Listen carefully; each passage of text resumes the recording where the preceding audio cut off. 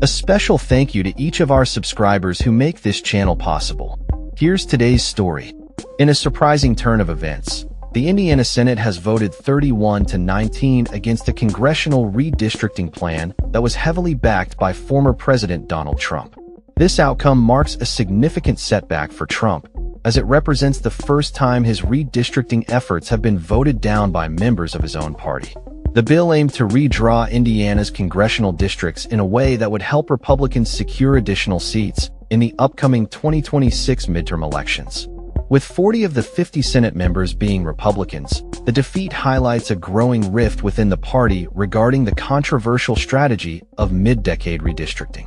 Republicans in other states, such as Texas, Missouri, and North Carolina, have heeded Trump's call for redistricting, but in Indiana, the response was notably different. Republican State Senator Spencer Deary voiced strong opposition, stating that his resistance to mid-cycle gerrymandering aligns with his conservative principles. "As long as I have breath, I will use my voice to resist a federal government that attempts to bully, direct, and control this state or any state. Giving the federal government more power is not conservative," Deary asserted during the debate. The proposed redistricting plan was also met with opposition from Indiana Democrats, who argued that it would dilute the voting power of minority communities, further exacerbating the existing disparities in representation. Typically, states engage in redistricting following the decennial census, making the push for mid-cycle changes particularly contentious.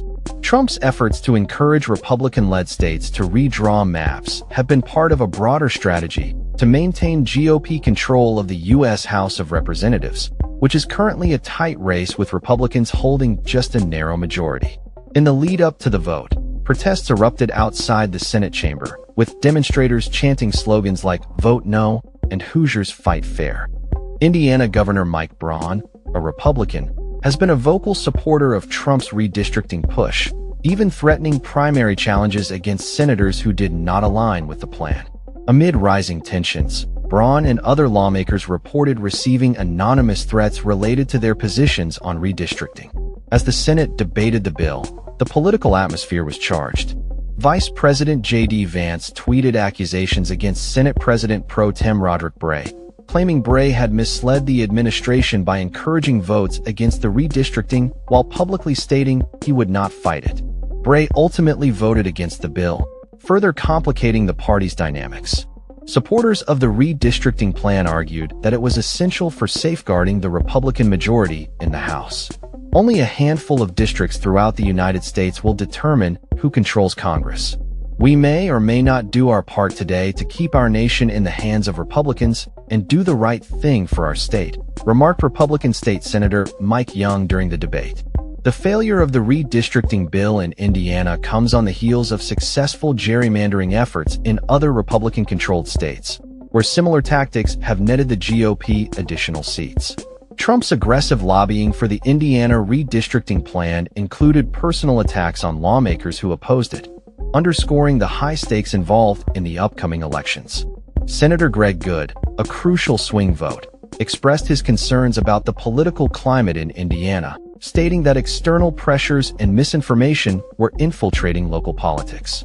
He emphasized the need to focus on issues that truly matter to Hoosiers rather than succumbing to the divisive tactics seen in other states.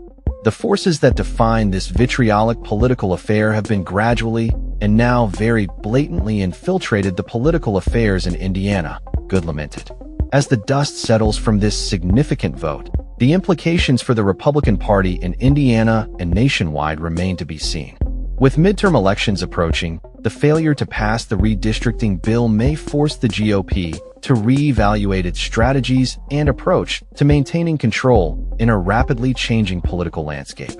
The outcome of this vote serves as a reminder of the complexities and challenges that come with partisan redistricting efforts, particularly in a time of heightened political polarization.